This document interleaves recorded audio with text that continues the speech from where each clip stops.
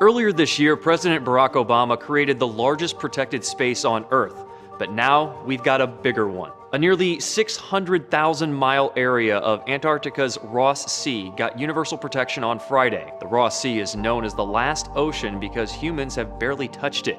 It's home to an estimated 16,000 species. The new protection bans commercial fishing in most of the sea, but scientists can still catch small amounts of fish and krill for research in some areas. Protection of the region has been on the agenda for quite some time.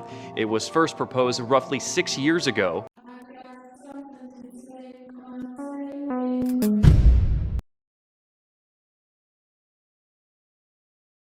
When it comes to the Ross Sea and Antarctica, we're not going to wait for a crisis before we take action. I think we're making a smart choice now. We're proud to join with New Zealand and Australia, two countries that have an extraordinary understanding of the sea and commitment to protecting it and who have been great stewards.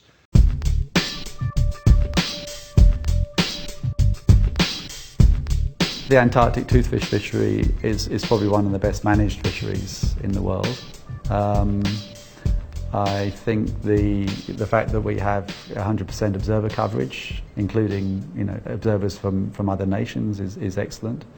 The Ross Sea, as we heard from Karen earlier, is a natural laboratory, and we disrespect it at our peril, as we do the rest of the ocean. The environment there is so extreme, as we know, that it's difficult to live as a penguin or a killer whale or a seal, but they've adapted. And in their adaptation, we've learned what a remarkably diverse and productive ecosystem it is. The vessels themselves have a requirement to tag fish as part of their permit to go down and fish in Antarctic waters. And I think they have reasonably good protocols in place to deal with bycatch and bottom fishing with seabirds and a lot of other aspects of fishing which are typically problematic in some other areas around the world. No, I mean there has been excellent collaboration between the industry and the managers, the fisheries managers, and the fisheries scientists. It's been very much a collaborative work to monitor and manage the fishery. And yeah, I think it's one of the situations where the fishing industry has been very proactive in assisting actively with the research and management of the fishery.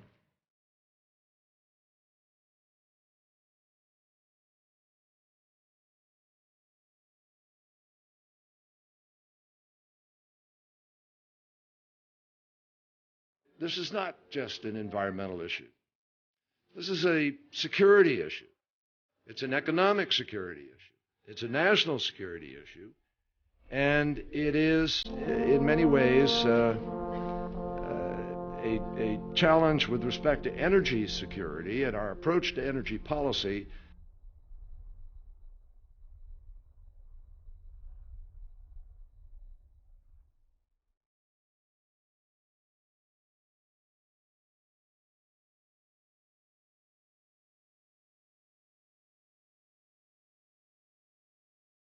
This is not just an environmental issue.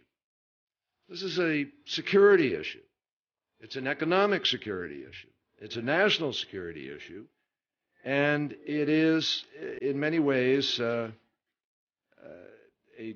challenge with respect to energy security and our approach to energy policy. And ultimately, it is a challenge to our commitment to science and facts.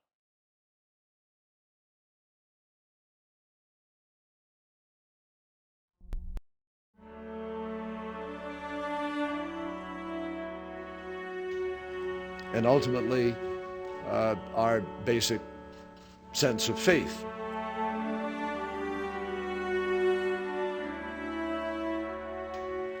And ultimately, our basic sense of faith and what we believe in.